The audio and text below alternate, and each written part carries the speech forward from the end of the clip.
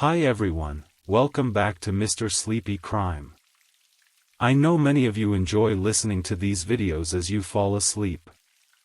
So before you drift off, I'd love for you to leave a comment letting me know where in the world you're tuning in from, and if you're enjoying the story, don't forget to like and subscribe.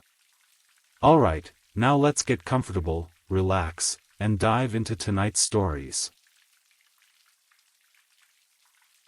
Story 1. The Twisted Truth Behind Natalia Grace, the real story of good American family, origins and adoption.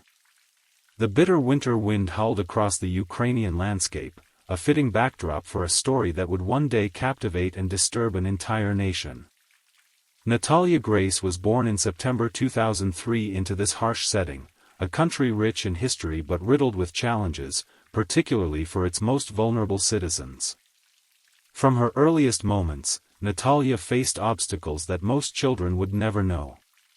Diagnosed with spondyloepiphyseal dysplasia congenita, a rare genetic condition that affects bone growth, she was destined to remain small in stature, her physical development forever altered by forces beyond her control.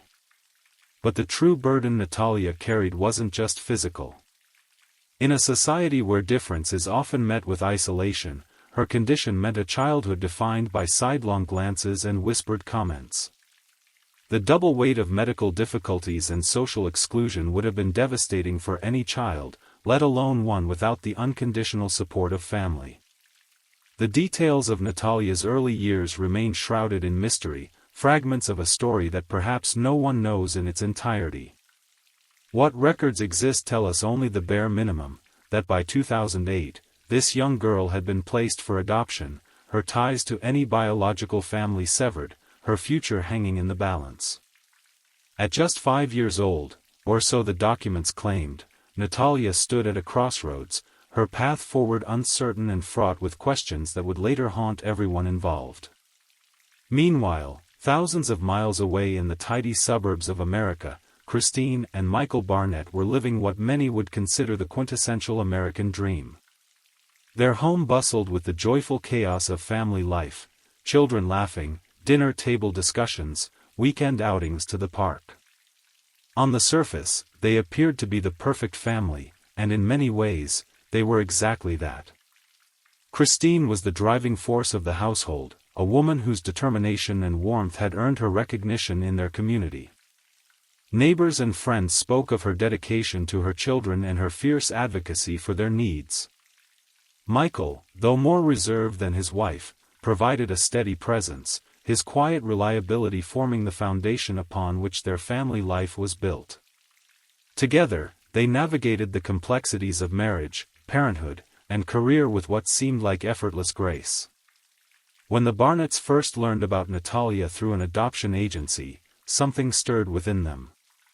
The photographs showed a small girl with bright eyes and a tentative smile, a child who had endured more in her brief life than most adults could imagine. For Christine and Michael, the decision to adopt wasn't made lightly, it was a calling, a chance to open their hearts and home to someone who desperately needed both. The day Natalia arrived at their doorstep in 2008 was filled with nervous excitement. Christine had prepared a bedroom just for her, decorated in cheerful colors, with toys and books carefully arranged on shelves. The Barnett children buzzed with anticipation, eager to meet their new sister. Michael stood slightly back, watching with quiet optimism as his family expanded before his eyes. Those first few weeks unfolded like a scene from a heartwarming film, the new child settling in, the family adjusting their routines, small victories celebrated with genuine enthusiasm. Christine made appointments with specialists to address Natalia's medical needs, researched schools that could accommodate her condition, and spent hours learning about how best to support a child with her specific challenges. Michael, too, embraced his role as Natalia's father, his patience evident as he helped her navigate the unfamiliar terrain of American suburban life. Photographs from this period show a seemingly happy family, Natalia beaming between Christine and Michael, their children gathered around, everyone smiling for the camera. These images would later stand in stark contrast to the allegations and counter-allegations that would tear this family apart. But for now, in these golden early days, hope flourished, and the future seemed bright with promise. As summer gave way to fall and the leaves began to change, subtle shifts occurred within the Barnett household. What began as minor observations, easily dismissed as quirks or cultural differences, gradually coalesced into something more troubling. Christine found herself pausing, watching Natalia when she thought no one was looking, noticing behaviors that felt somehow out of sync with what she knew of child development. It wasn't any one thing that raised red flags but rather an accumulation of small moments that didn't quite fit the narrative they'd been given. Natalia occasionally used vocabulary that seemed advanced for her age, displayed knowledge about topics that young children typically wouldn't understand, and showed emotional responses that struck the Barnetts as oddly mature. One evening, while helping Natalia prepare for bed, Christine noticed physical details that seemed inconsistent with a child of 6 or 7. Later, she would describe this moment as the first real crack in her certainty, the beginning of questions that would eventually consume her thoughts. She mentioned her observations to Michael that night, speaking in hushed tones after the children had gone to sleep. He listened with a furrowed brow, suggesting there might be reasonable explanations. Perhaps Natalia's condition affected her development in ways they didn't yet understand, or perhaps her early life experiences had accelerated her maturity in certain areas. But as the weeks passed, these explanations felt increasingly inadequate. Natalia demonstrated skills and awareness that the Barnetts struggled to reconcile with their understanding of child development. She showed a sophistication in her interactions with adults that seemed rehearsed rather than natural. There were moments when she seemed to drop her guard, revealing glimpses of someone older, more aware, more calculating than the child they believed they had welcomed into their home. Michael, initially skeptical of Christine's concerns, began to notice these discrepancies as well. During a family dinner, Natalia made a reference to a film that had been released years before her supposed birth. When gently questioned about how she knew of it, she became defensive, her explanation meandering and inconsistent. These moments multiplied, each one adding weight to the growing unease the Barnetts felt. They began to research more deeply into Natalia's condition, reaching out to medical professionals and adoption experts for insight. They revisited her adoption paperwork, scrutinizing details they had previously accepted without question. They spoke with other families who had adopted children internationally, seeking patterns or similar experiences. And with each conversation, each piece of information gathered, their doubts solidified into something more concrete and unsettling. Christine, lying awake at night while Michael slept beside her, found herself reviewing every interaction, every conversation, every moment with Natalia, searching for clues she might have missed. The maternal instinct that had once drawn her to this child now sent warning signals that she couldn't ignore. Something wasn't right, and the possibilities that presented themselves were profoundly disturbing. By 2012, what had begun as nagging doubt had evolved into a conviction that would forever alter the course of their lives. After consulting with medical professionals and gathering what they believed was compelling evidence, the Barnetts came to a shocking conclusion.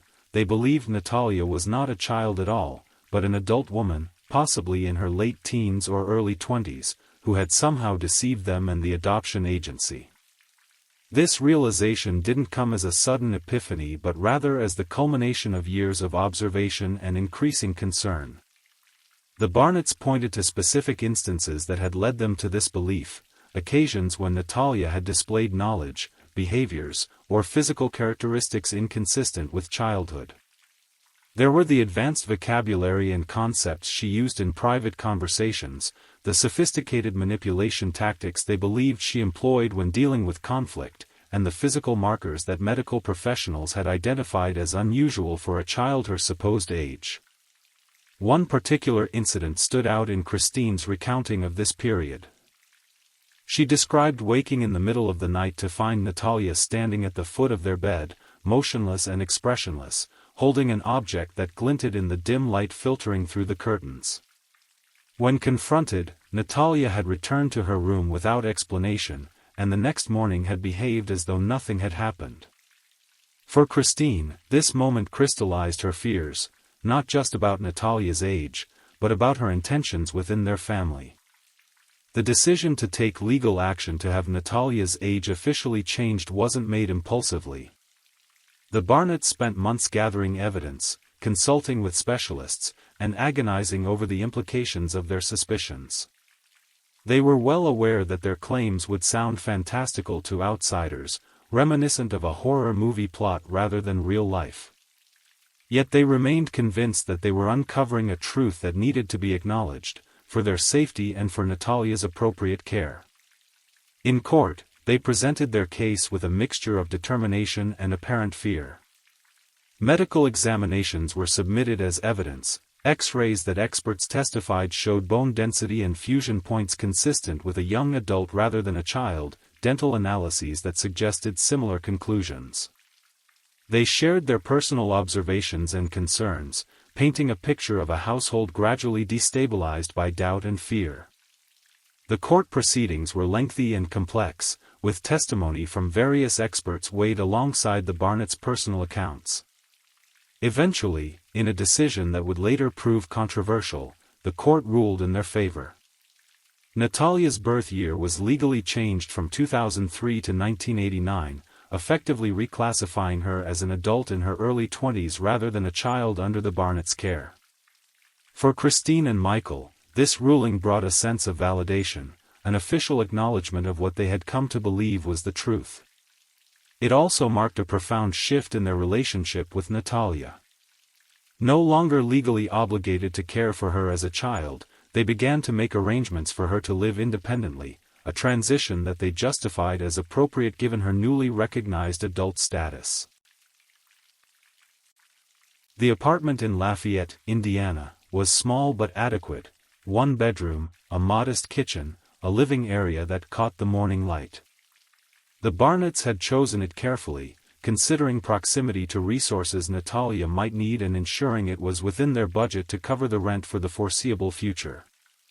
For them, this arrangement represented a reasonable compromise, fulfilling what they saw as their moral obligation to someone who had been part of their family, while also acknowledging what they now believed to be the reality of Natalia's age and capability. They helped her move in, bringing furniture and household essentials, setting up utilities in her name with their financial backing. According to their accounts, they provided her with food and clothing, arranged for social services support, and checked in regularly during those initial weeks. In their minds, they were facilitating an adult's independence, not abandoning a child, a crucial distinction that would later become central to their legal defense. But for Natalia, this transition represented something else entirely. Alone in an apartment for perhaps the first time in her life, she faced challenges that went beyond the everyday concerns of independent living. Her condition limited her mobility and her ability to perform certain tasks. Public transportation was difficult to navigate given her stature. Simple errands, grocery shopping, banking, medical appointments, became overwhelming obstacles without assistance. The isolation was perhaps the cruelest aspect of this new chapter. Having been integrated into a family unit, with all the noise and interaction that entails, the silence of an empty apartment felt oppressive. Neighbors reported occasionally hearing her crying through the thin walls, the sound small and distant, like a child lost in a crowd. As weeks turned into months, Natalia's situation deteriorated. The financial support from the Barnetts, while initially consistent, became less reliable. Bills went unpaid. Food became scarce. The apartment, once a symbol of independence, began to feel like a prison, a place where she was neither truly free nor properly cared for.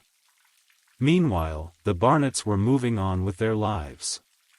They relocated to Canada to support their son's educational opportunities, putting not just emotional but physical distance between themselves and Natalia. Communication became sporadic and eventually ceased altogether. For all practical purposes, the chapter of their lives that included Natalia had been closed. It was during this period that the allegations against Natalia escalated in the Barnetts' telling of events. In interviews and statements, they described behaviors they claimed justified their fear and eventual decision to distance themselves. They alleged that Natalia had made threats against their family, had attempted to harm them in various ways, and had exhibited what they characterized as psychopathic tendencies. These claims, dramatic and disturbing, painted Natalia not as a victim of abandonment but as a dangerous individual from whom they had narrowly escaped. Natalia's version of events stood in stark contrast to these allegations. In her account, any behavioral issues she might have displayed were the result of trauma, confusion, and the challenges of adjusting to a new culture and family. She denied ever threatening or attempting to harm the Barnetts, characterizing their claims as fabrications designed to justify their decision to abandon her. She described feeling bewildered and betrayed by their sudden shift from loving parents to accusers, from protectors to those she needed protection from. The truth, as is often the case in such complex situations, likely contains elements of both narratives.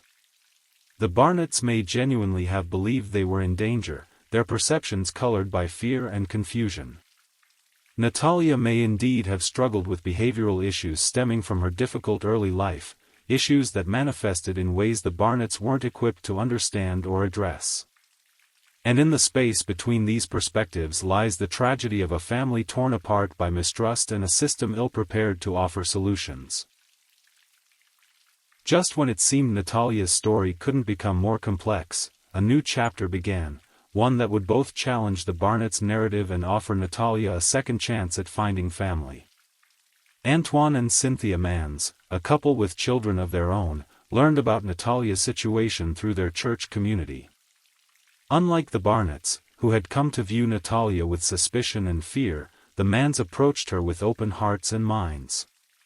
They saw not a potential threat but a vulnerable young woman in need of support and genuine care. Their first meeting with Natalia was cautious on all sides.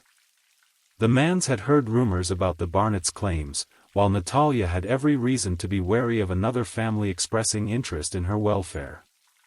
But something clicked between them, a sense of understanding and acceptance that transcended the cloud of allegations surrounding Natalia's past. The Mans began by offering practical help, rides to appointments, assistance with shopping, company during meals. Gradually, their relationship deepened, and they invited Natalia to become part of their household. Unlike the legal adoption process the Barnetts had undergone, this arrangement began informally, a family opening their door to someone in need, with no paperwork or court proceedings to formalize the relationship. In the Mans' home, Natalia found something she had been missing: unconditional acceptance. They adapted their household to accommodate her needs without making her feel like a burden. They listened to her side of the story without judgment, allowing her to process her experiences with the Barnetts at her own pace. Most importantly, they treated her with dignity, neither as a child to be directed nor as a threat to be contained, but as a person finding her way in difficult circumstances. Under their care, subtle transformations began to occur. Natalia smiled more often, engaged more freely in conversations, and displayed a sense of security that had been notably absent during her time in the apartment. She formed bonds with the Mans' children, relationships that were uncomplicated by the suspicion that had tainted her interactions with the Barnett family. This new chapter offered a striking counterpoint to the Barnetts' allegations. Where they had described a manipulative individual with hidden motives, the Mans encountered someone struggling with the aftermath of trauma but fundamentally kind and eager to connect. Where the Barnetts had seen threats in Natalia's behavior, the Mans saw a young woman trying to navigate a world that had repeatedly failed her. Of course, differences in perception can be attributed to many factors. The Mans entered Natalia's life with full awareness of her history and the controversies surrounding her age and behavior. They were able to establish boundaries and expectations from the outset, without the confusion and shifting dynamics that had characterized her time with the Barnetts. And perhaps most significantly, They approached her not with fear but with compassion, a difference that may have fundamentally altered how Natalia responded to them. The man's experience with Natalia raised important questions about the Barnetts' claims. If Natalia was indeed the dangerous individual they described, how could she integrate so successfully into another family setting? If her behavioral issues were as severe as alleged, why did they seem to diminish in an environment of stability and acceptance? These questions have no simple answers, but they add yet another layer of complexity to an already intricate story. For Natalia, the mans represented more than just a roof over her head. They offered a chance to rewrite her narrative, to be seen as a person rather than a case study or a headline. In their home, she began to envision a future beyond the shadow of the Barnetts' accusations, a life defined by possibility rather than suspicion. As details of the case began to leak into the public sphere, what had been a private family tragedy rapidly transformed into a media sensation. The story had all the elements journalists dream of: mystery, conflicting narratives, bizarre allegations, and at its center, a figure whose very identity was in question. News outlets seized upon the Natalia Grace case with unprecedented fervor, and soon her face was appearing on television screens and newspaper front pages across the nation. The coverage, while extensive, was rarely nuanced. Headlines screamed sensational claims: adult woman poses as child to infiltrate family, competed with parents abandon disabled daughter, claim she's an adult.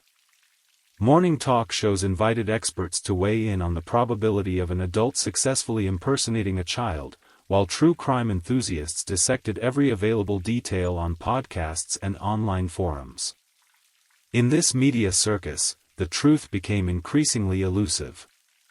Each new report added another layer of speculation, each interview introduced another perspective or claim. The Barnetts made appearances on national television, Christine in particular speaking passionately about their experiences and the fear they had felt. These interviews further polarized public opinion, with viewers either sympathizing with what they saw as parents caught in an unimaginable situation or condemning them for abandoning a vulnerable child.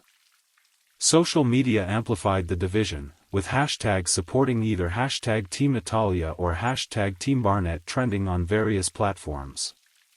Internet sleuths combed through publicly available information, constructing elaborate theories about Natalia's origins, the Barnetts' motivations, and the truth behind the conflicting accounts. These amateur investigations rarely added clarity but certainly fueled the growing obsession with the case. For Natalia, this public scrutiny added another layer of trauma. Not only had she experienced the rejection of her adoptive family and the challenges of her medical condition, but now she was also a figure of public fascination, dissected, analyzed, and judged by strangers who knew her only through sensationalized headlines. The private details of her life became public property, her pain transformed into entertainment for a curious audience. The case also sparked broader discussions about adoption, particularly international adoption. Advocates pointed to the Natalia Grace situation as evidence of systemic failures: inadequate screening processes, insufficient support for adoptive families, and a lack of resources for children with special needs. Critics of international adoption used the case to argue for stricter regulations or even limitations on adoptions from certain countries. Meanwhile, families who had successfully navigated international adoptions worried that this extraordinary case would cast shadows on their own experiences and choices. Mental health professionals weighed in as well, offering analyses of the psychological dynamics at play. Some suggested that the Barnetts might have experienced adoption disruption, a phenomenon where adoptive parents struggle to bond with a child or find themselves overwhelmed by unexpected challenges. Others focused on the impact of trauma on children's behavior, arguing that what the Barnetts interpreted as manipulation or deception might actually have been manifestations of Natalia's own trauma responses. Disability rights advocates raised concerns about how Natalia's condition influenced perceptions of her. They questioned whether stereotypes and misconceptions about people with dwarfism had contributed to the Barnetts' suspicions, and whether the public fascination with the case reflected broader societal discomfort with disabilities. These perspectives added important dimensions to the conversation, highlighting how biases and prejudices can shape interpretation of ambiguous situations. Legal experts debated the implications of the court's decision to change Natalia's legal age, questioning the precedent it set and the evidence required for such an unusual ruling. They examined the responsibilities of adoption agencies in verifying children's backgrounds and the recourse available to families who believe they have been misled. These discussions extended beyond the specifics of the Natalia Grace case to broader questions about identity, legal personhood, and the systems that determine and document who we are. Amidst this cacophony of voices and perspectives, the human elements of the story often got lost. Behind the sensational headlines and passionate debates were real people whose lives had been irreversibly altered by these events: Natalia, the Barnetts, their children, and even the man's family, all trying to navigate the aftermath of a situation for which there was no roadmap. The media frenzy eventually gave way to a more formal reckoning as the case entered the legal system. In 2019, years after the Barnetts had moved to Canada and effectively cut ties with Natalia, charges were filed against both Christine and Michael. They were accused of neglect of a dependent, a serious allegation that carried potential prison time if convicted. The charges focused specifically on the period after the Barnetts had Natalia's age legally changed. Prosecutors argued that, regardless of the court's decision about her birth year, the Barnetts knew Natalia was vulnerable and unable to care for herself due to her medical condition. Their decision to leave her in an apartment alone, particularly as their support dwindled over time, constituted neglect under the law, according to the state's argument. The Barnetts maintained their innocence, their defense centered on the court ruling that had declared Natalia an adult. In their view, they had fulfilled any obligation they had to her by providing initial support during her transition to independent living. Their attorneys emphasized the legal change in her status, arguing that one could not be charged with neglecting a dependent who had been legally determined not to be a dependent at all. As the case proceeded through preliminary hearings and motions, the complexity of the situation became increasingly apparent. This was not a straightforward matter of abandonment but a tangled web of legal, ethical, and factual questions. Had the court that changed Natalia's age been presented with accurate information? Did the Barnetts truly believe she was an adult, or had they manipulated the system to free themselves from an unwanted responsibility? Did their initial provision of an apartment and financial support constitute reasonable care, or was it merely a facade to justify their departure? The trial itself was a spectacle that drew national attention. The courthouse was consistently filled to capacity, with journalists and curious members of the public jostling for seats. Outside, camera crews set up camp, ready to capture any statement or reaction that might add another dimension to the unfolding story. Inside the courtroom, the atmosphere was tense and charged with emotion. Prosecutors methodically presented their case, calling witnesses who had interacted with Natalia during her time in the apartment, neighbors who had expressed concern about her ability to care for herself, social workers who had become involved after the Barnetts' departure, medical professionals who testified about the practical challenges her condition presented. One particularly affecting testimony came from a neighbor who described finding Natalia in tears, struggling to reach items in her kitchen cabinets. Another witness recounted seeing her attempting to navigate icy winter sidewalks, falling repeatedly as she tried to make her way to a nearby store.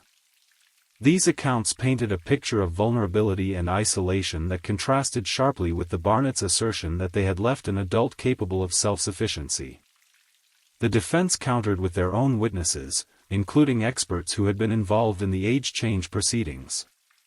They reiterated the evidence that had led to the court's decision: the bone density scans, dental examinations, and psychological assessments that had suggested Natalia was older than her adoption records indicated.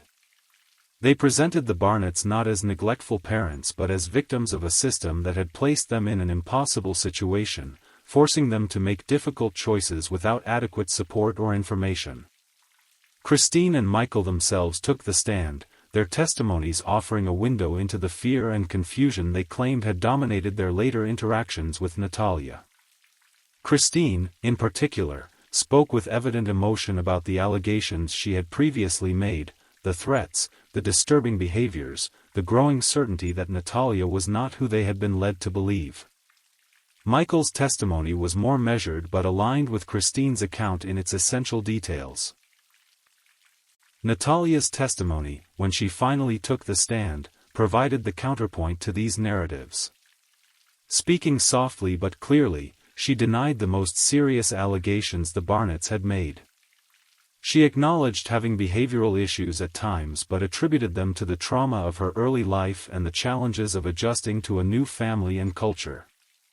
She described feeling abandoned and betrayed when the Barnetts left her alone, emphasizing her physical limitations and the practical difficulties she faced. Her testimony was compelling in its simplicity, offering a stark contrast to the complex and often sensational claims that had characterized much of the case. As the trial progressed, it became increasingly clear that there would be no simple resolution, no moment of clarity that would definitively establish the truth. The jury was tasked with navigating contradictory testimonies, complex legal questions, and their own human reactions to a story that defied easy categorization. After days of deliberation, the jury returned with their verdict. Michael Barnett was acquitted of all charges. Christine's case ended in a mistrial due to a hung jury. While the legal system had spoken, the verdict offered little in the way of closure or clarity. If anything, it reinforced the ambiguity that had characterized the case from the beginning, a reflection of how difficult it was to assign clear blame or identify simple truths in such a complex situation. For the Barnetts, the verdict brought relief but not redemption in the court of public opinion. Though legally exonerated, they remained figures of controversy, their decision to leave Natalia continuing to provoke debate and judgment. Their marriage, strained by years of stress and public scrutiny, did not survive the aftermath of the trial. Christine and Michael divorced, each attempting to rebuild their lives separately from the shadow of the case that had defined them for so long. Christine remained vocal about her experiences, giving interviews and maintaining that their actions had been justified by circumstances few could understand. Michael took a different approach, retreating from public view and seeking a quieter life away from the controversy. Their children, too, had to navigate the aftermath, dealing with the public nature of their family's struggles and the divided opinions about their parents' choices. For Natalia, the trial's outcome was more complicated. While she had not achieved the legal vindication she might have hoped for, her testimony had allowed her to share her perspective directly, without the filter of media interpretation or the Barnetts' allegations. She continued to live with the man's family, who remained steadfast in their support despite the publicity surrounding the case. In the years following the trial, Natalia worked to build a life defined by more than controversy. With the man's encouragement, she pursued education and developed interests and skills that gave her a sense of purpose beyond being the subject of a sensational story. While the questions about her age and early life remained unanswered, she focused on creating a future that was hers to define. The case left a lasting impact on adoption practices and discussions. Agencies implemented more rigorous verification processes for children's backgrounds, particularly in international adoptions. Support services for families adopting children with special needs were expanded in some areas, recognizing the challenges the Barnetts had faced, albeit in an extreme form. The legal precedent of changing a person's age based on medical evidence was examined and debated, with many legal scholars expressing concern about the implications for identity and personhood in legal contexts. Perhaps most significantly, the Natalia Grace case became a touchstone for discussions about perception, belief, and the nature of truth itself. It illustrated how two parties could experience the same events in radically different ways, each convinced of their own reality. It demonstrated the power of narrative, how the stories we tell about ourselves and others shape understanding and action. And it reminded us of the limits of certainty in a world where human complexity defies simple categorization. Years have passed since the courtroom drama concluded, yet the story of Natalia Grace continues to resonate. Documentaries, books, and countless articles have attempted to unravel the truth, each offering a slightly different perspective or emphasis. Despite this extensive examination, the most fundamental questions remain unanswered. Was Natalia truly a child when the Barnetts adopted her, or was she an adult living under a false identity? Were the Barnetts victims of deception who acted out of genuine fear, or did they abandon a vulnerable child when the challenges of raising her became too great? Did the adoption agency fail in its duty to verify Natalia's background, or was her situation so unique that no system could have anticipated it? These questions hover at the edges of the narrative, resistant to definitive resolution. Perhaps what makes this case so compelling is precisely this ambiguity, the way it forces us to confront the limits of what we can know with certainty.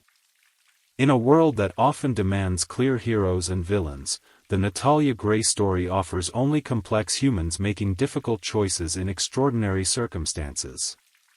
It reminds us that truth is rarely absolute, that perspective shapes reality, and that empathy requires acknowledging the possibility of multiple valid experiences. For those directly involved, the impact of these events will never fully fade. Natalia carries the scars of abandonment and public scrutiny, her identity forever entangled with a story that has taken on a life of its own. The Barnetts live with the consequences of decisions made in fear and confusion, their family fractured by forces they may never fully understand. The man's family continues to provide Natalia with the stability and acceptance she sought for so long, their quiet compassion a counterpoint to the sensationalism that has characterized much of this saga. And for the rest of us, observers, commentators, those who have followed this story with fascination and horror, the case serves as a mirror, reflecting our own biases, fears, and capacity for judgment. It challenges us to question our certainties, to hold space for contradiction and complexity, and to approach even the most sensational stories with humility and the recognition that truth is often elusive. In the end, the story of Natalia Grace offers no tidy conclusions, no satisfying resolution that ties up loose ends and delivers justice in a recognizable form. Instead, it leaves us with questions that echo long after the headlines have faded, questions about identity, perception, family, and the stories we tell ourselves to make sense of a world that defies simple explanation. Perhaps that is its most profound lesson, that some stories resist conclusion, some questions have no clear answers, and some truths exist not in absolute certainty but in the tension between competing narratives. In embracing this ambiguity, we may find a more nuanced understanding not just of Natalia Grace and the Barnetts, but of the complex, contradictory nature of human experience itself. If you found this story captivating and you're still awake, consider subscribing to this channel. I share more carefully crafted true crime stories designed to engage your mind and provide a calming escape as you ease into sleep. Thank you for your support, it means so much to me, and I'm honored to have you as part of this growing community of thoughtful listeners. Now, let's move on to our next story. Story 2. This is the story of the Shelton family farmhouse and a mystery that took decades to unravel. Thomas Shelton had inherited the 80-acre farm from his father and had worked the land since he was a teenager. At 58, he was known as a quiet, hard-working man who attended church regularly but kept mostly to himself. His wife, Margaret, 52, was more social, volunteering at the local library and participating in the community garden club. Their only child, James, had moved away to Chicago after high school, visiting only for holidays. The Sheltons kept a small dairy operation with 12 cows, grew corn and hay, and were known for Margaret's preserves that she sold at the local farmers' market. Their nearest neighbors, the Hendersons, lived almost a mile away down the same dirt road. The Sheltons were not wealthy, but they were comfortable. They had paid off their mortgage 5 years earlier and were planning to retire in another 2 years. Thomas had been saving to buy a small fishing cabin near Lake Superior, a dream he'd had for decades. The autumn of 1973 brought more than just changing leaves to rural Wisconsin. The country was still processing the aftermath of the Vietnam War, Watergate was dominating headlines, and the oil crisis was beginning to affect even remote communities like Millfield. In small towns across America, the counterculture movement had created divisions between generations, and Millfield was no exception. The local high school had recently experienced tensions over dress codes and hair length, seemingly trivial matters that nonetheless reflected deeper cultural shifts. Technology was changing too. The Sheltons had recently installed their first telephone, a wall-mounted rotary model in the kitchen. They had purchased their first color television the previous Christmas, though reception was poor so far from town. That October had been unusually wet, with nearly 3 weeks of on and off rain that had delayed the harvest. Farmers were anxious, gathering at the local hardware store to discuss contingency plans. It was in this atmosphere of general unease that the events at the Shelton farm would begin to unfold. On Tuesday, October 16, Thomas Shelton drove into town for his weekly supply run. He was spotted at the hardware store purchasing roof sealant, at the grocery buying the usual staples, and finally at the post office mailing a letter to his son in Chicago. Several people spoke with him, including the grocery clerk, Martha Wilson. Martha would later recall that Thomas seemed preoccupied but not unusually so. He mentioned the leaky roof in the barn and how the constant rain was making repairs difficult. He purchased milk, bread, coffee, and canned goods, a normal shopping trip for the Shelton household. Margaret was seen that same day at the church, helping to prepare for the upcoming harvest festival. The church secretary, Dorothy Jenkins, remembered speaking with Margaret about her plans to enter her famous blackberry preserves in the festival's competition, as she had done every year for the past decade. The last confirmed sighting of either Thomas or Margaret was at approximately 4:30 p.m. when Thomas waved to Bill Henderson as their trucks passed on the dirt road leading to their respective farms. The rain had started again, and visibility was poor. 3 days passed before anyone realized something might be wrong. The milk delivery driver, Ron Peterson, noticed that the Sheltons' milk cans had not been left out for collection for 2 consecutive days, something that had never happened before. Concerned, Ron knocked on the farmhouse door but received no answer. The family truck was parked in its usual spot, and smoke rose from the chimney, suggesting someone was home. Ron decided to notify Sheriff Clark before continuing his route. Sheriff Robert Clark arrived at the Shelton farm at approximately 11:15 a.m. on Friday, October 19. The scene he encountered was puzzling. The front door was unlocked, and the house appeared to be in order. A pot of coffee sat on the stove, cold but full. 2 coffee cups were on the kitchen table, one empty and one half full. There was no sign of a struggle, no evidence of forced entry, and no indication of where the Sheltons might have gone. Their coats still hung by the door, and Margaret's purse sat on the kitchen counter, containing her wallet with $27 in cash and all her identification. Initial investigation, 26:00-30:00. Sheriff Clark initiated a search of the property, calling in his 2 deputies and several volunteers from town. They combed the farmhouse, barn, and surrounding fields but found nothing unusual except for a small area of disturbed earth near the old well, which the sheriff initially attributed to animal activity. The Sheltons' only vehicle was still in the driveway, ruling out the possibility that they had driven somewhere. Their closest neighbor, Bill Henderson, confirmed he hadn't seen them since passing Thomas on the road 3 days earlier. The sheriff contacted the Sheltons' son, James, in Chicago, who immediately drove to Wisconsin. James was bewildered by his parents' disappearance, stating that they had no enemies he knew of and no reason to leave without telling anyone. As the weekend progressed, the community organized larger search parties, covering the woods surrounding the property and dragging the small pond on the north side of the farm. No trace of Thomas or Margaret was found. As the investigation continued into the following week, several curious details emerged. The Sheltons' dog, a border collie named Rex, was found locked in the barn with ample food and water, unusual, as Rex typically slept in the house.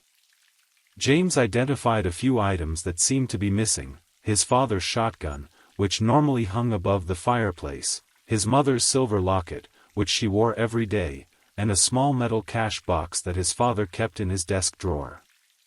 The sheriff's office discovered that Thomas had withdrawn $500 from his bank account the week before the disappearance, a substantial sum in 1973. The bank teller reported that Thomas had seemed normal during the transaction, mentioning only that he was considering purchasing some used farm equipment. Most puzzling was the half-finished letter found on Margaret's writing desk. It was addressed to her sister in Minnesota and ended mid-sentence: "I've been meaning to tell you about the strange car that's been driving past the farm late at night. Thomas thinks it might be those kids from town, but I'm not so sure. Last night it stopped at the end of our driveway for nearly 10 minutes before." By November, the case had reached a standstill. With no bodies, no crime scene, and no clear evidence of foul play, the sheriff's department struggled to make progress. The state police were called in to assist, but they too were limited by the lack of physical evidence.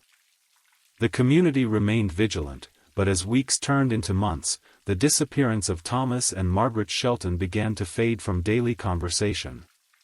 Their son James returned to Chicago after taking a leave of absence from his job, leaving the farm in the care of the Hendersons. Various theories circulated around town. Some believed the Sheltons had run away, perhaps to start a new life elsewhere. Others suspected they had been the victims of a robbery gone wrong. A few even suggested they might have been involved in something illegal, though those who knew them well dismissed such notions immediately. The case remained officially open but inactive for nearly 2 decades. In 1992, the Shelton case unexpectedly resurfaced when the farm was sold to a developer planning to convert the land into residential properties. During the demolition of the old barn, construction workers discovered a hidden space beneath the floorboards containing a metal lockbox. Inside the box were Thomas Shelton's personal papers, including a journal he had kept for years. The journal's final entry, dated October 16, 1973, the day of the disappearance, contained a cryptic message: "He came back today. Says he knows what happened in 45. After all these years, I never thought it would come to this. If anything happens to us, JB is responsible." The journal was turned over to the sheriff's department, now led by Sheriff Michael Ross, who decided to reopen the investigation. The initials JB became the focus of renewed inquiries. Sheriff Ross and his team began the painstaking process of revisiting old interviews and searching for anyone connected to the Sheltons with those initials. They also re-examined the area around the old well where disturbed earth had been noted during the initial investigation. The breakthrough came from an unexpected source. A retired bank manager named Howard Weber contacted the sheriff's office after reading about the reopened case in the local newspaper. Weber had been reviewing his personal records before moving to a retirement community when he found a letter from Thomas Shelton dated September 1973. In the letter, Thomas mentioned concerns about a man named Joseph Blackwell who had recently moved back to the area. According to the letter, Blackwell and Thomas had served together in the army during World War II and had been involved in an incident in France in 1945 that Thomas described only as something we agreed never to speak of again. Sheriff Ross's team quickly located records confirming that a Joseph Blackwell had indeed purchased property just outside Millfield in June 1973, only a few months before the Sheltons' disappearance. Blackwell had sold the property in February 1974 and moved to Arizona, where he died of heart failure in 1986. Further investigation revealed that Blackwell had been part of the same Army unit as Thomas Shelton during World War II. Both men had received honorable discharges, but there was a gap in their service records, a 3-week period in March 1945 when their unit was stationed near the French-German border. Military historians consulted by the Sheriff's Department explained that the area where Shelton and Blackwell had been stationed was known for black market activities during that period of the war. Local civilians, desperate for food and supplies, often traded valuable items to American soldiers in exchange for rations. One historian suggested that some soldiers had acquired valuable artifacts or currency through these exchanges, occasionally through coercion or theft. While most such incidents were never officially documented, they were not uncommon. The Sheriff's Department theorized that Thomas Shelton and Joseph Blackwell may have been involved in such an incident, perhaps acquiring valuables that they had agreed to keep secret. If Blackwell had returned to Millfield in 1973 believing that Thomas had kept these valuables, it could explain the confrontation suggested by Thomas's journal entry. Armed with this new theory, investigators returned to the Shelton property, now partially developed with new homes. They focused on the old well, which had been capped but not filled in during the development. With permission from the current property owners, the well was excavated in June 1993. Approximately 12 feet down, forensic teams discovered human remains later identified through dental records as Thomas and Margaret Shelton. The medical examiner determined that both Thomas and Margaret had died from gunshot wounds consistent with a shotgun, likely Thomas's own weapon that had been missing from the house. Based on the forensic evidence, investigators concluded that the Sheltons had been killed on the evening of October 16, 1973, shortly after Thomas returned from town. A thorough search of Joseph Blackwell's former property revealed no additional evidence. However, interviews with Blackwell's neighbors from 1973 confirmed that he had left town abruptly in early 1974, selling his property at a considerable loss. Records from the Arizona Department of Motor Vehicles showed that Blackwell had purchased a new car in cash shortly after arriving in Phoenix. His widow, interviewed in 1993, stated that her late husband had never mentioned the Sheltons or his time in Millfield, but had occasionally alluded to coming into some money from an old Army buddy. The final piece of evidence came from James Shelton, who recalled a conversation with his father years earlier. Thomas had mentioned a French farmhouse where his unit had stayed in 1945 and a local family who had shown them kindness. Thomas had seemed troubled by the memory, changing the subject when James asked for more details. In December 1993, the Millfield Sheriff's Department officially closed the case, concluding that Joseph Blackwell had likely murdered Thomas and Margaret Shelton during a confrontation over something that had occurred during their military service in World War II. Without Blackwell alive to question, some details would forever remain unknown. But the prevailing theory suggested that Thomas and Blackwell had acquired something valuable during the war, perhaps gold, jewelry, or currency, and that Thomas had kept it all or had refused to give Blackwell what he believed was his share. The case file noted that no such valuables were ever found on the Shelton property, leaving open the possibility that Blackwell had taken them after the murders, or that they had never existed at all, living only in Blackwell's mind as a perceived injustice that had festered for decades. James Shelton finally laid his parents to rest in the Millfield Cemetery in a private ceremony attended by the few remaining community members who remembered the kind, quiet couple from the farm outside town. The story of Thomas and Margaret Shelton reminds us that the past is never truly buried. The secrets we keep, the actions we take, and the choices we make can echo through our lives in ways we never anticipate. In the quiet countryside of Wisconsin, a disagreement born in the chaos of war resurfaced decades later to claim two innocent lives. While justice in the traditional sense was never served, with Joseph Blackwell taking whatever truth he knew to his grave, the discovery of what happened to the Sheltons provided closure to their son and to a community that had long wondered about their fate. If there's a lesson in this tragic tale, perhaps it's that secrets carry weight, and that weight only grows heavier with time. As we conclude on this story, remember that even the darkest mysteries can eventually come to light, and that knowledge, however painful, brings its own kind of peace. Story 3. This the tragic story of Holly Bobo, a 20-year-old nursing student who disappeared in 2011 from her home in Tennessee. Her remains were tragically discovered 3 years later, and the case has been widely covered in true crime media. Holly Bobo was more than the image often painted of her in the news. She wasn't just a victim of tragic circumstances, she was a young woman defined by her passions, her kindness, and her close ties to her family. Born and raised in Darden, Tennessee, Holly was the kind of person who lit up every room she walked into. Her laughter was infectious, her smile genuine, and her heart always open. Friends described her as caring and sincere, someone you could count on no matter the situation.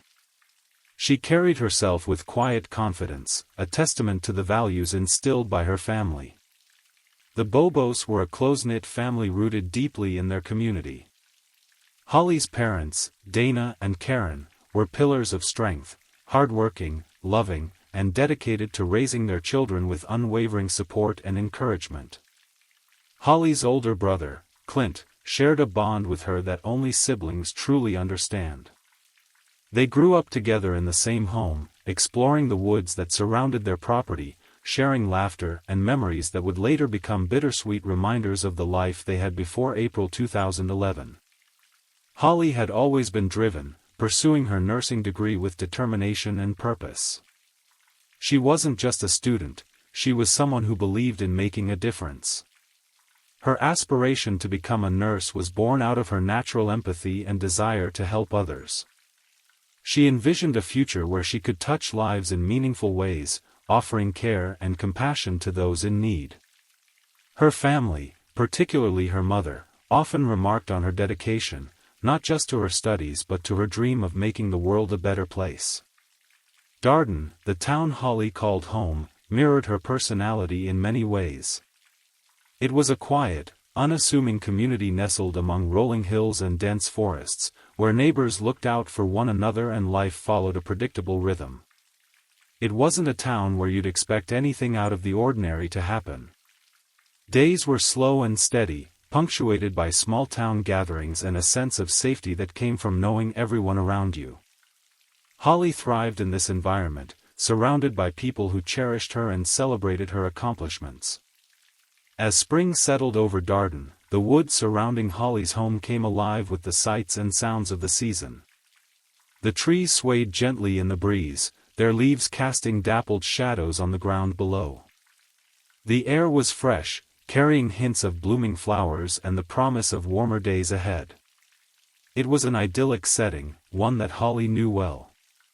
Those woods had been her playground growing up, a place of exploration and adventure, always within the comforting boundary of home. The morning of April 13, 2011, began like countless others. Holly woke early, preparing for a day focused on her studies. With exams approaching, she was laser-focused on doing her best. She ate breakfast, likely chatting with her family about her plans for the day. It was the kind of morning you could easily overlook, its simplicity masking the significance it would later hold. Holly's parents left the house for work, leaving her and Clint at home, a familiar routine in the Bobo household. Clint, a few years older than Holly, was inside the house when he noticed movement outside. Through the window, he saw Holly speaking to someone, a man dressed in camouflage. He assumed it was her boyfriend, as Holly's demeanor didn't suggest any sense of alarm or urgency. The interaction seemed calm, routine even. Clint watched as Holly and the man exchanged words. Then, together, they began walking toward the woods. From his vantage point, Clint couldn't hear their conversation, but there was nothing about the scene that struck him as unusual. He turned his attention back to whatever he was doing, confident that Holly would return shortly. He couldn't have known then that what he had witnessed would become one of the most critical details in the search for Holly, a fleeting moment that, at the time, felt insignificant. As the hours passed, Clint began to realize something was off. Holly hadn't come back from the woods, and she wasn't responding to calls or messages. It was unlike her to leave without a word, especially with the day's plans ahead of her. Concern turned to fear as the afternoon stretched on. Clint replayed the morning in his mind, questioning everything he had seen. Who was the man Holly had been speaking to? Why had she walked into the woods without explanation? And why hadn't she returned? By late morning, calls to Holly's phone had gone unanswered. The silence was unsettling, completely unlike her. Holly was the kind of person who never left her loved ones in the dark. She was reliable, someone you could always count on to check in or let you know where she was. The lack of response sent an undeniable ripple of fear through her family. When their parents, Dana and Karen, were informed, the gravity of the situation began to sink in. Karen, Holly's mother, knew in her heart that something was wrong. A mother's intuition is often unshakable, and Karen's instincts told her that Holly wasn't simply delayed or distracted. Her daughter wouldn't just vanish without a word. As the hours continued to pass, the family's initial concern transformed into outright alarm. Around noon, panic began to set in. Dana and Karen rushed back home, their minds racing with questions that had no immediate answers. Together with Clint, they retraced Holly's steps from earlier that morning. Dana called friends and neighbors, asking if anyone had seen or heard from Holly. They searched the area around their property, calling out her name, their voices carrying through the stillness of the woods. But the only response was the rustle of leaves in the breeze and the distant calls of birds. The woods, which had always been a familiar and safe place, now felt vast and foreboding. The hours slipped by, and by the early afternoon, the Bobos realized they couldn't do this alone. Dana contacted law enforcement, and soon, the small community of Darden began to rally around the family. Word of Holly's disappearance spread quickly. In a town where everyone knew everyone, the news hit hard. Neighbors, friends, and even strangers gathered to join the search efforts, their shared determination fueled by both hope and fear. Search teams began to form, each group equipped with flashlights, maps, and the determination to find Holly. The woods surrounding the Bobo home became the focal point, with volunteers combing through every inch of the dense terrain. Despite their efforts, the initial search yielded no trace of Holly, no clues, no signs of a struggle, nothing that could explain where she had gone. It was as if she had vanished into thin air. As evening fell, the reality of the situation became even more apparent. Holly's disappearance was no longer just a missing persons case, it was quickly becoming something far more serious. The media began to take notice, with local news stations picking up the story and broadcasting it to a wider audience. Holly's smiling face, captured in family photos, was soon displayed across screens and shared on social media. The once quiet town of Darden found itself thrust into the spotlight, as the mystery of Holly Bobo's disappearance captured the attention of the nation. The following days were a blur of activity. Law enforcement ramped up their efforts, bringing in specialized search teams, dogs trained to track scents, and helicopters to scan the area from above. The community continued to show up in droves, volunteering their time, their energy, and their unwavering support. Flyers were printed and distributed, posted on every available surface. The streets of Darden were lined with Holly's image, her warm smile now a haunting reminder of what had been lost. As the search expanded, investigators began piecing together a timeline of events. Clint's account of the morning was crucial, a detail that both clarified and deepened the mystery. He described seeing Holly with a man in camouflage, walking calmly toward the woods. At the time, there was no reason to suspect anything unusual. But in hindsight, Clint's description raised questions that were impossible to ignore. Who was this man? Why had Holly gone with him? And most importantly, where were they now? The search for Holly quickly became a race against time. Law enforcement, family, and volunteers worked tirelessly, knowing that every passing hour made finding her more critical. The media coverage grew more intense, with reporters descending on Darden to document the unfolding story.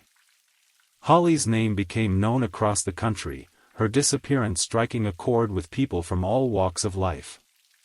Through it all, the Bobo family remained steadfast in their hope.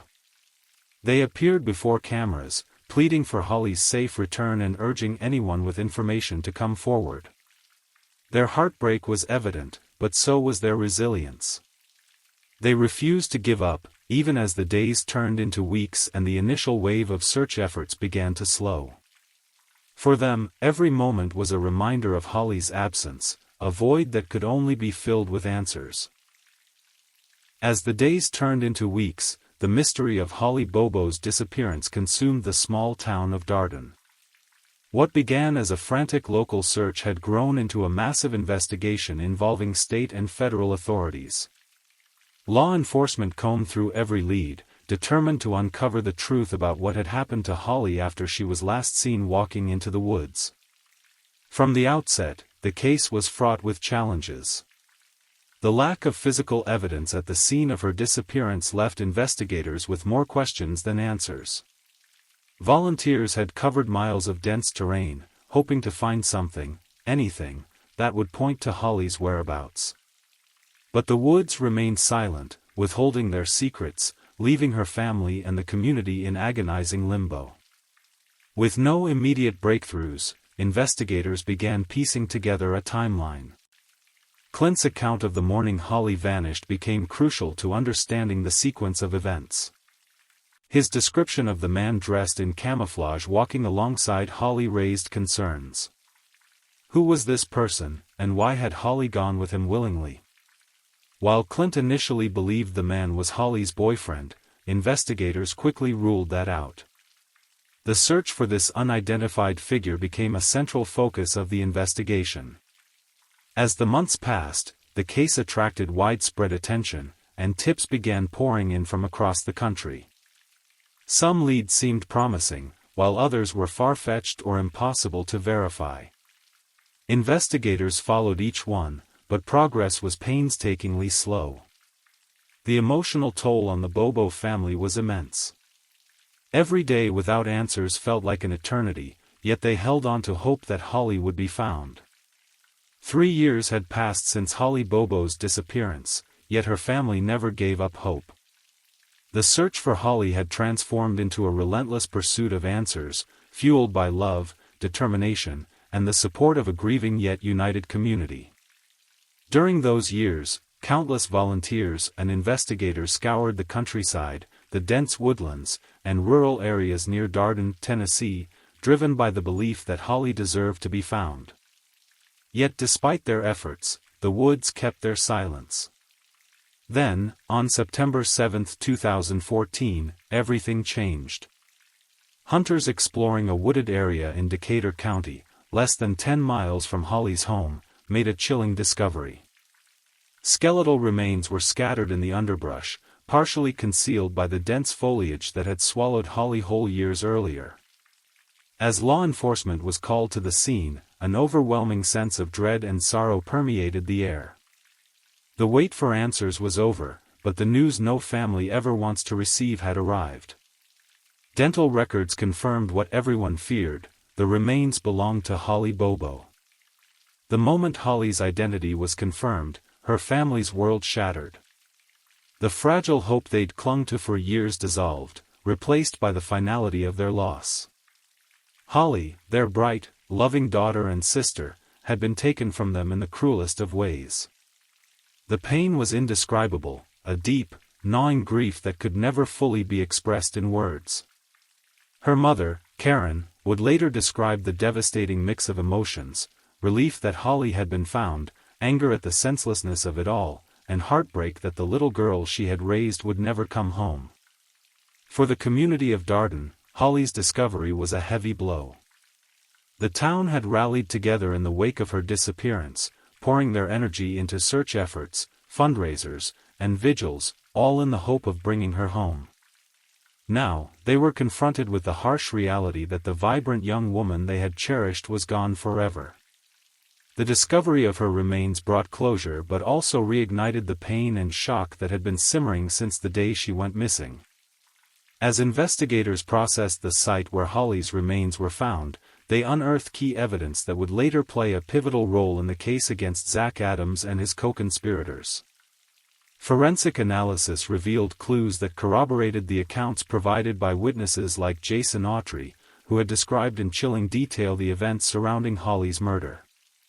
Autry's testimony had outlined how Holly's captors had attempted to cover up their crimes, moving her body across multiple locations and discarding it deep in the woods. The aftermath of Holly's discovery marked a turning point in the legal proceedings against Zach Adams. With physical evidence now tied to the suspects, the prosecution worked to build a case that would ensure justice for Holly and her family. The trial, which began in September 2017, was nothing short of grueling. Holly's family sat through hours of testimony, graphic evidence, and emotional recounts, each detail a painful reminder of what their daughter had endured. Jason Autry's testimony emerged as a focal point of the trial. His words painted a picture of a crime so callous and cruel that it was difficult to comprehend. He described how Holly had been abducted from her home, assaulted, and ultimately killed. His accounts provided insight into the motivations and actions of the suspects, casting light on the darkest corners of the case. While Autry's involvement in the crime was undeniable, his cooperation with the prosecution was key in piecing together the events that had unfolded. As the trial progressed, debates swirled around the reliability of certain testimonies and evidence. Some questioned the accuracy of witness statements, while others criticized law enforcement's handling of the investigation in its early stages. The defense argued that the evidence against Adams was circumstantial, pointing to inconsistencies and gaps in the timeline. But for Holly's family and the prosecution, the case was about more than legal technicalities. It was about seeking justice for a young woman whose life was stolen. The trial culminated in a verdict that brought some measure of closure. Zach Adams was convicted and sentenced to life in prison without the possibility of parole. The courtroom was silent as the verdict was read, the weight of the moment sinking in for all who had been involved. For Holly's family, the conviction was a step toward healing, but it could never erase the pain of their loss. Holly's absence was a void that could never be filled, a wound that time would never fully heal. In the years since the trial, Holly's story has continued to resonate with those who followed the case. Debates about the investigation's early missteps and the challenges of prosecuting cases with limited physical evidence have sparked discussions about how law enforcement can improve responses to missing persons cases. Advocacy groups have worked to honor Holly's memory by raising awareness about the importance of community involvement, ensuring that no family ever faces such a tragedy alone. Holly Bobo's story is one that left an indelible mark not just on her family and community, but on the nation as a whole. It is a story of heartbreak and loss, of resilience and perseverance, and of a family's unyielding search for answers in the face of unimaginable pain. At its core, it is a story that reflects the fragility of life and the profound impact of community in times of tragedy. From the moment Holly disappeared on that quiet April morning in 2011, her family's world was irrevocably changed. The home that had once been filled with laughter, plans for the future, and the warmth of togetherness became a place of uncertainty and longing. The woods that had always been a source of comfort stood as a constant, silent reminder of her absence. Yet despite the heartache, the Bobo family refused to let Holly's memory fade. They carried her spirit with them through every agonizing moment of the search and the long fight for justice. The discovery of Holly's remains, though devastating, brought the closure they so desperately sought. It allowed her family to lay her to rest, to honor her life with the dignity she deserved. But it also underscored the weight of the tragedy. Holly had dreams, ambitions, and a heart full of love, all stolen in an instant. The trial that followed revealed the harsh realities of what she endured, leaving those who loved her with questions that may never be fully answered. Holly's case is one that illuminated both the strengths and flaws in the systems designed to protect and serve. The tireless efforts of law enforcement, volunteers, and her community demonstrated the power of collective action, yet the investigation's early missteps highlighted the challenges that often hinder cases like hers. It serves as a sobering reminder of the need for vigilance, thoroughness, and compassion when lives are at stake. For the residents of Darden, Holly's story will forever be etched into the fabric of their community. Her name evokes a mixture of sorrow and strength, a reminder of the light she brought to those around her.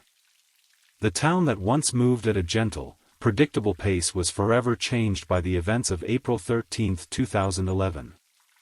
But in the wake of tragedy, the people of Darden found a renewed sense of purpose. They rallied together to support the Bobo family, to raise awareness about missing persons, and to ensure that Holly's legacy would never be forgotten. On a broader scale, Holly's story has become a catalyst for change. It serves as a stark reminder of the importance of vigilance and awareness in preventing such tragedies. Advocacy groups and individuals inspired by her case have worked to raise awareness about the risks that often go unnoticed in quiet communities. They've championed initiatives to improve the search and investigative processes for missing persons cases, ensuring that no family has to endure the uncertainty and pain that Holly's family faced. As we reflect on Holly Bobo's life, we are reminded of the impact one person can have on the world around them. Holly was more than a victim, she was a daughter, a sister, a friend, and a young woman full of potential. Her story, while tragic, is also a testament to the enduring power of love and community. It is a reminder that even in the face of darkness, there is strength to be found in coming together, in standing up for what is right, and in honoring the lives of those we have lost. To honor Holly's legacy, we must continue the fight against violence and injustice. We must support efforts to raise awareness about missing persons, to advocate for the rights of victims and their families, and to build systems that prevent these tragedies from occurring. Holly's life, though cut short, serves as a beacon of hope, inspiring us to create a world where every individual is valued, protected, and remembered. Holly's story remains a call to action, a plea to never stop searching, to never give up hope, and to always hold close the ones we love. Her family's strength, her community's resilience, and her own enduring spirit remind us that even in the face of profound loss, there is a light that cannot be extinguished. That light is Holly's legacy, and it is one that will continue to shine in the hearts of all who hear her story. Story 4. The mysterious true story of Jacob Bergman, a skilled hiker who vanished without a trace in Montana's Glacier National Park in the summer of 2019. Jacob Bergman was 34 years old when he disappeared. A software engineer from Seattle, Washington, Jacob had built a reputation among his friends and on social media as an experienced solo hiker. His Instagram account, with nearly 15,000 followers, showcased his adventures across the Pacific Northwest and beyond, always with his characteristic blue North Face backpack and his German Shepherd, Luna. Jacob had moved to Seattle 5 years earlier after accepting a position with a well-known tech company. Colleagues described him as brilliant but reserved, someone who found his true joy not in the office but on mountain trails. Every weekend, regardless of weather, Jacob would drive his silver Subaru Outback to nearby hiking spots, often venturing farther afield for longer trips. In his personal life, Jacob had recently ended a 3-year relationship with his girlfriend, Melissa Chen. Their breakup, while difficult, had been amicable according to friends. They simply wanted different futures. Jacob dreamed of eventually leaving city life behind to live closer to nature, while Melissa was pursuing a demanding career in corporate law. The summer of 2019 had been particularly stressful for Jacob at work. His team was approaching a major product launch, and he had been logging 60-hour weeks for months. When the project finally wrapped up in early July, Jacob told his team he needed time away. He had planned this Glacier National Park trip for years, a 10-day solo journey through some of the park's most remote areas. It was meant to be his celebration, his reward for months of overwork.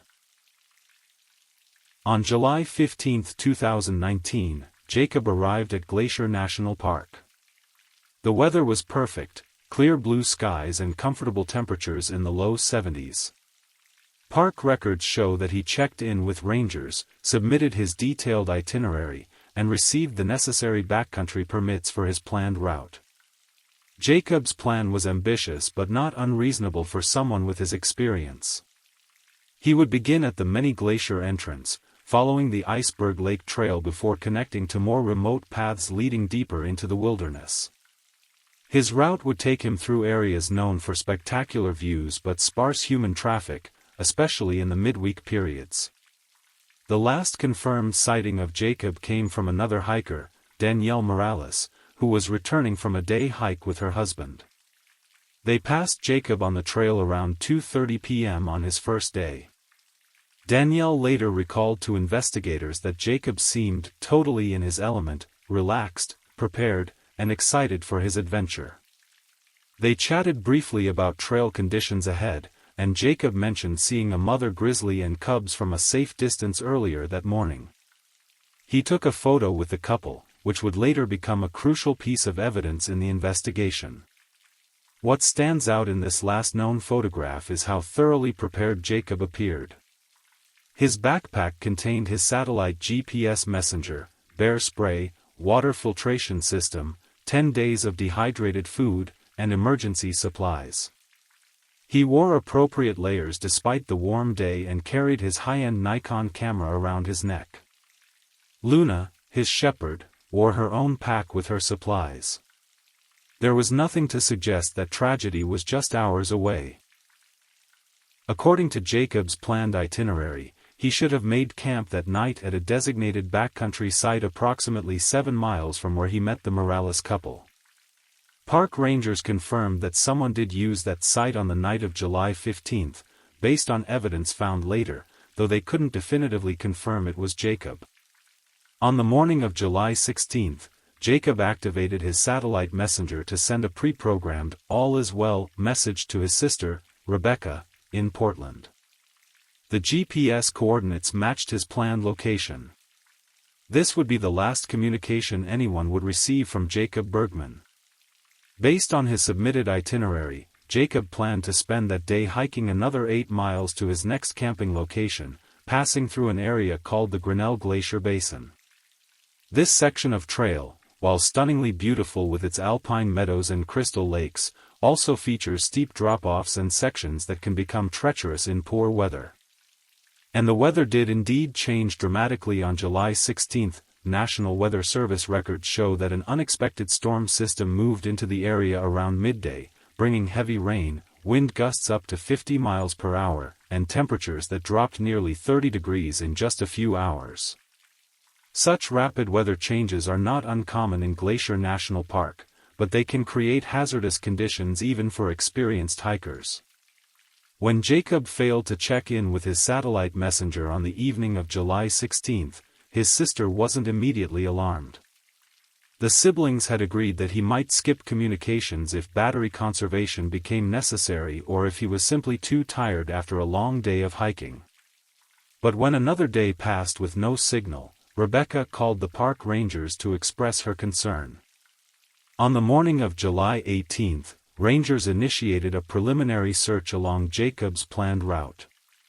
By this point, he had missed 2 scheduled check-ins, and with the known storm having passed through the area, there was legitimate cause for concern. The initial search team consisted of 4 rangers who set out from different access points along Jacob's intended path. They found nothing unusual until reaching the area where Jacob should have camped on the night of July 16. There was no evidence that anyone had used this site. More concerning, they found no boot prints or signs of passage along the trail leading to this location, despite the muddy conditions left by the storm. By the afternoon of July 18, park officials upgraded the operation to a full-scale search and rescue mission. Additional rangers were called in, along with search and rescue volunteers from nearby Flathead County. A helicopter was deployed for aerial reconnaissance, focusing on the rugged terrain around Grinnell Glacier Basin.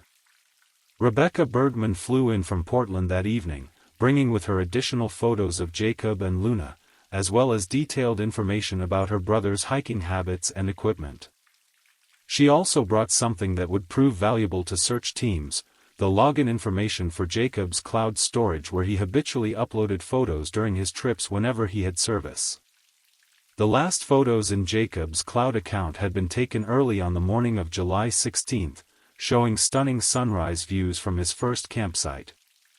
The EXIF data confirmed the time and location. After that, nothing. Either Jacob hadn't taken more photos, or he hadn't had the opportunity to upload them. By July 20, the search had grown to include over 50 personnel, including specialist alpine rescue teams, dog handlers with trained search and rescue dogs, and wilderness medicine experts. The operation now covered a radius of nearly 10 miles from Jacob's last known position, including areas well off his planned route. The first potential clue came on the afternoon of July 21, when a search team found what appeared to be canine paw prints along a stream approximately 2 miles east of Jacob's planned route. The prints were consistent with the size of Luna's paws, but after heavy rain and with wildlife abundant in the area, the team couldn't be certain. That same day, another team discovered a blue fabric scrap caught on a tree branch near a steep ravine. The material matched the color of Jacob's North Face backpack, according to Rebecca, but laboratory analysis would later be inconclusive about whether it actually came from his equipment. The most significant discovery came on July 22, when the aerial team spotted what appeared to be a campsite in a small clearing about 3 miles north of where Jacob should have been according to his itinerary. This location was not on any marked trail and would have required bushwhacking through dense forest to reach. When ground teams reached the site, they found the remains of a hasty campsite, a tarp strung between trees, a small fire pit with cold ashes, and most significantly, a dog's collapsible water bowl with "Luna" written on the inside in permanent marker. Rebecca confirmed it belonged to Jacob's dog. The discovery radically altered the search parameters. Why had Jacob veered so far off his carefully planned route? The new campsite location suggested he had been traveling north rather than west as intended, possibly since the morning of July 16 before the storm hit. But why? As the search entered its second week, investigators began developing theories about what might have happened to Jacob and Luna. The prevailing hypothesis centered on the unexpected storm. Perhaps Jacob had become disoriented in the poor visibility and inadvertently wandered off trail, eventually setting up an emergency camp when conditions became too dangerous to continue. However, this theory had significant flaws. Jacob was carrying a high-quality GPS device and was known for his meticulous preparation and navigation skills. Additionally, the location of the discovered campsite suggested purposeful movement away from his planned route, not confused wandering. Another theory emerged involving wildlife. Glacier National Park is home to both grizzly and black bears, mountain lions, and wolves. Perhaps Jacob had encountered a predator and had deliberately moved away from his planned route to avoid danger. This might explain the northward trajectory, potentially following the path of least resistance through difficult terrain. The discovery of Luna's water bowl without any sign of the dog herself added another layer of mystery. Search dogs brought to the campsite picked up no human or canine scent trails leading away from the area, which puzzled handlers given the relatively short time that had passed.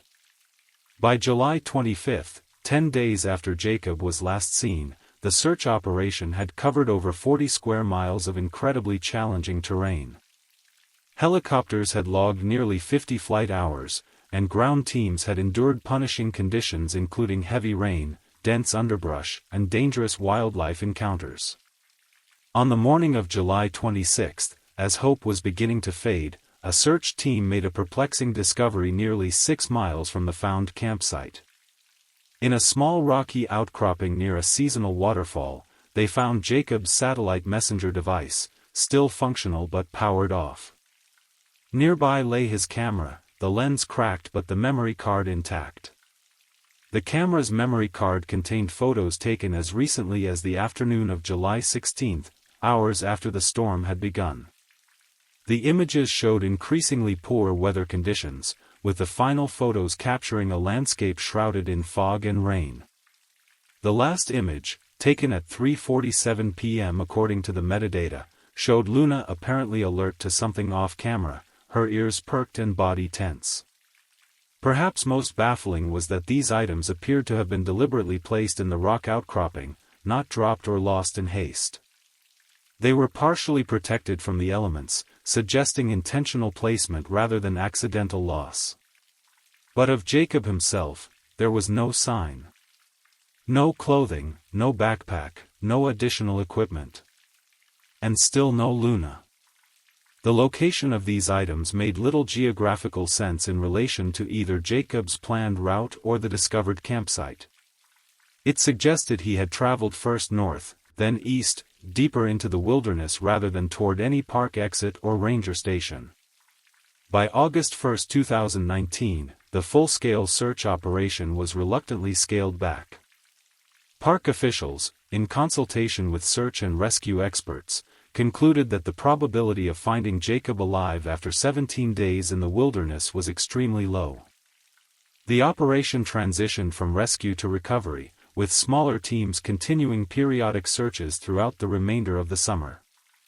Investigation into Jacob's disappearance continued on multiple fronts. Forensic analysis of the found campsite yielded few additional clues. The fire had been built competently and safely, suggesting Jacob had been thinking clearly when he made camp. There were no signs of blood or struggle at either the campsite or where the camera and satellite messenger were found. Investigators conducted extensive interviews with Jacob's friends, family, and co-workers. No one reported any concerning behavior before his trip. Financial records showed no unusual activity. His apartment in Seattle, which authorities searched with Rebecca's permission, contained nothing suggesting he had planned anything other than a normal hiking trip. One interesting detail emerged from Jacob's recent internet search history. In the weeks before his trip, he had extensively researched not just his planned hiking route but also several remote areas of Glacier National Park well off the established trail system. He had downloaded topographical maps of these regions and saved them to his cloud storage. One of these areas included the general vicinity where his camera and satellite messenger were eventually found. As summer turned to fall and the harsh Montana winter approached, periodic searches continued but yielded no further evidence. The first snowfall in late September effectively ended ground operations until the following spring. The case of Jacob Bergman has become one of the most perplexing modern disappearances in America's national park system. Unlike many wilderness missing persons cases, Jacob's had clear evidence of deliberate movement and decision-making after his disappearance from the established trail system. The careful placement of his camera and satellite messenger suggested purpose, not panic. Some investigators have proposed that Jacob may have intentionally gone off-grid, perhaps seeking an extreme wilderness experience beyond his submitted itinerary. His research into remote areas lends some credence to this theory. However, friends and family insist this would be completely out of character for Jacob, who was adventurous but always responsible about sharing his whereabouts for safety reasons. Another theory involves foul play, though there's little evidence to support this. Glacier National Park sees millions of visitors annually, and while crime is rare, it's not unprecedented. However, the remote location and challenging terrain make a chance encounter with someone harboring ill intent extremely unlikely. The more probable explanations remain rooted in the wilderness itself, a serious injury in a remote location, wildlife encounter, or sudden medical emergency. The discovered items might represent Jacob's attempt to leave clues about his fate, though their meaning remains elusive. In the years since Jacob's disappearance, his sister Rebecca has maintained an active online presence dedicated to finding answers. She organizes annual volunteer searches each summer, focusing on new areas of the park that might hold clues. These efforts have drawn support from the hiking community across the Pacific Northwest, with dozens of experienced outdoors people joining the search each year. Park rangers continue to keep the case open, and any reports of unusual findings in the area are investigated with Jacob's disappearance in mind. In 2021, a hiker reported finding what might have been a weathered dog collar several miles from where Jacob's campsite was discovered, but the item was lost before it could be properly examined. The case has garnered attention from true crime enthusiasts and wilderness safety advocates alike. It serves as a sobering reminder of the power and unpredictability of nature, even for those who approach it with respect and preparation. Rebecca has channeled her grief into advocacy, establishing the Jacob Bergman Wilderness Safety Foundation, which provides satellite messengers and safety training to hikers who couldn't otherwise afford such equipment.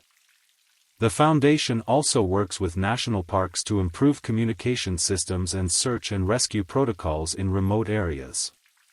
As we come to the end of Jacob Bergman's story, we're left with far more questions than answers.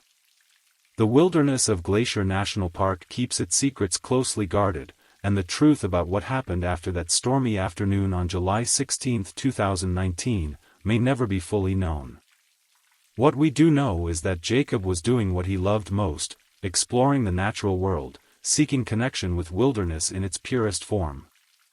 Those who knew him say that despite the tragedy of his disappearance, there is something fitting about Jacob becoming eternally part of the landscape he so deeply cherished. For hikers visiting Glacier National Park today, rangers often share Jacob's story as a gentle reminder of the importance of safety precautions, weather awareness, and the unpredictable nature of wilderness. His disappearance has likely saved others through the lessons it imparts. If you're still awake at this point in our story, I want to thank you for journeying with me through this mysterious case. Perhaps in your dreams tonight, you'll wander those beautiful mountain trails under clearer skies than Jacob experienced on his final documented day. Story 5. The perplexing case of Marcus Chen, a promising tech entrepreneur who vanished from his Portland apartment in 2021, leaving behind his thriving startup and a trail of contradictions that would challenge investigators for months. Portland, Oregon, known for its vibrant tech scene, picturesque landscapes, and progressive culture.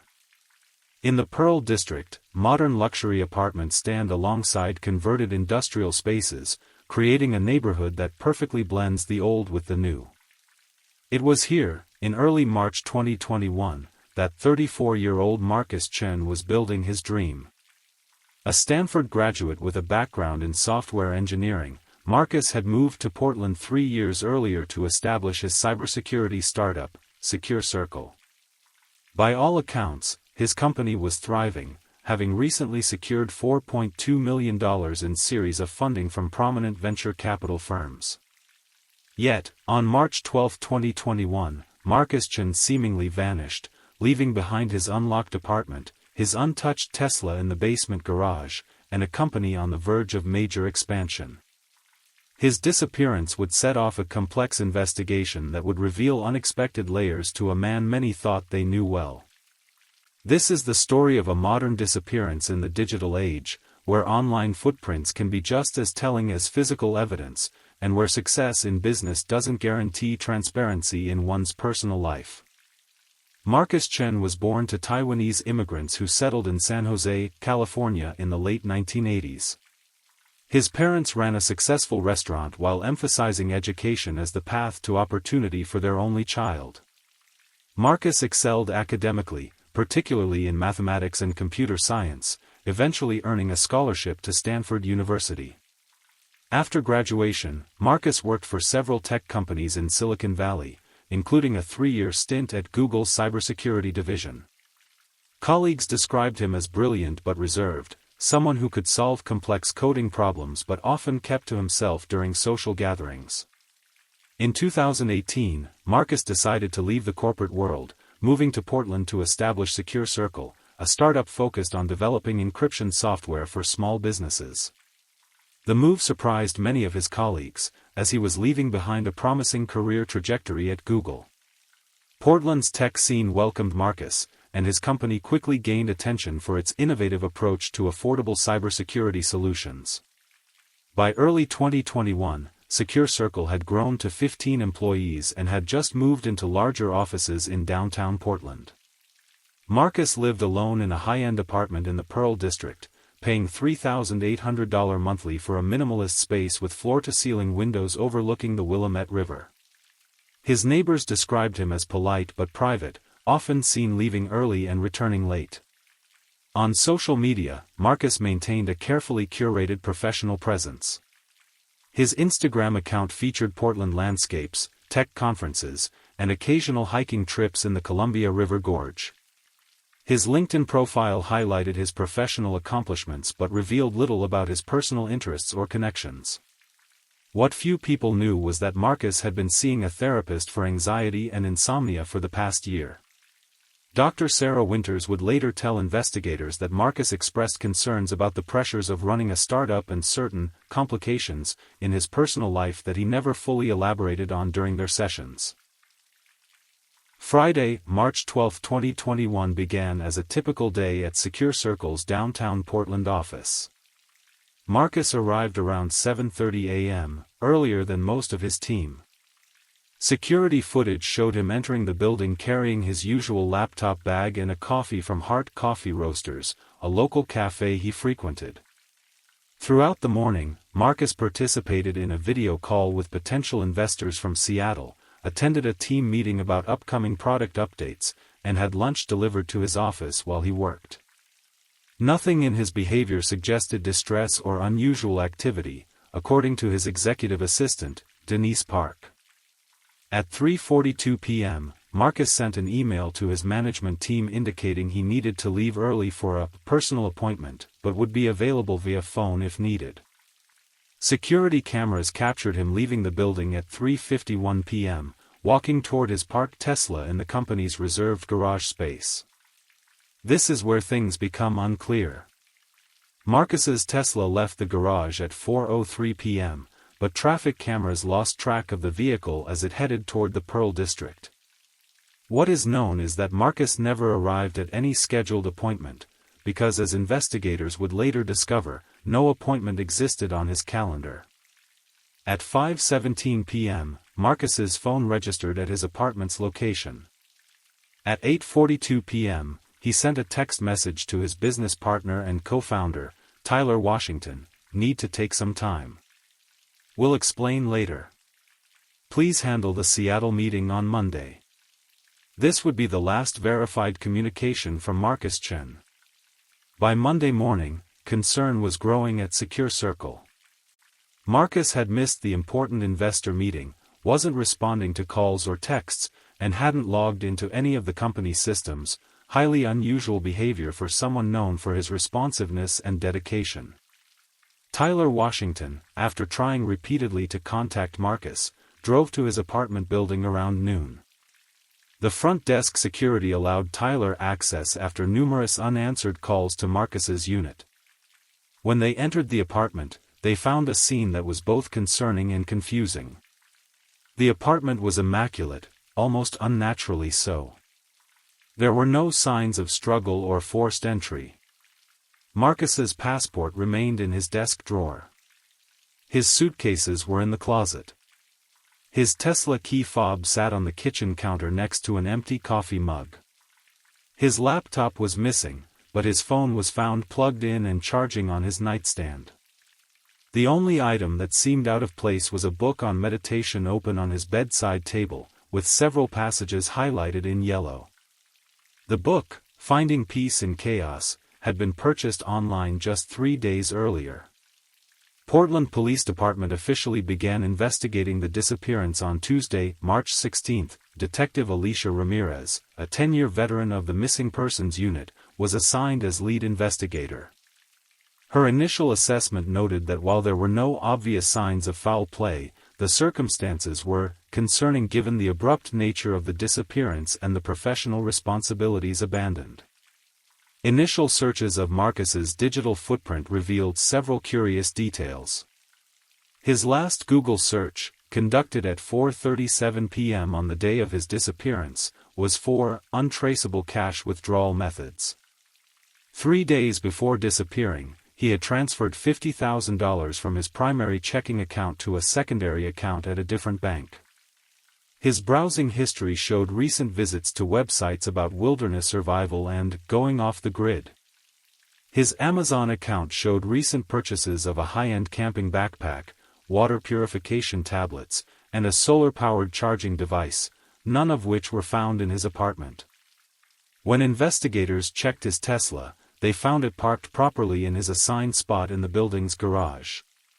The vehicle's internal data showed it had last been driven at 5:03 p.m. on March 12, completing a route from his office to his apartment building. The drive had been direct with no unusual stops. As the investigation entered its second week, Detective Ramirez expanded her focus beyond Marcus's immediate circumstances. Interviews with Secure Circle employees revealed a more complex picture of the company's situation. While publicly the startup appeared to be thriving, internally there were growing tensions. The recent $4.2 million in funding had come with strict performance requirements that some team members felt were unrealistic. Additionally, a former employee had recently threatened legal action, claiming Marcus had used his code without proper attribution or compensation. Marcus's business partner, Tyler Washington, presented a particularly interesting perspective. While publicly supportive and concerned, in private interviews he revealed that Marcus had been increasingly paranoid in recent weeks, expressing concerns about being watched and potential corporate espionage from competitors. He started using encrypted messaging apps for even basic communications, Tyler told investigators.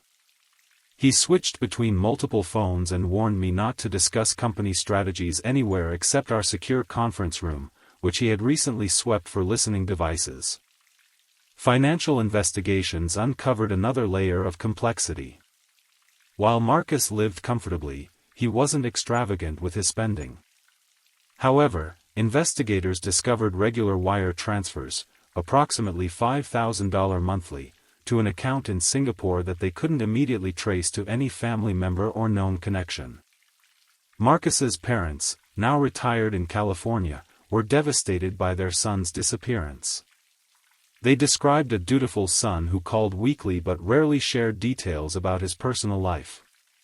They knew little about his friends in Portland or his daily routines, only that he seemed fully consumed by his work. The last time we spoke, about a week before he disappeared, his mother told Detective Ramirez, Marcus mentioned feeling that he had made a mistake with a business decision, but he wouldn't elaborate. He just said sometimes he wished he could start over somewhere where nobody knew him.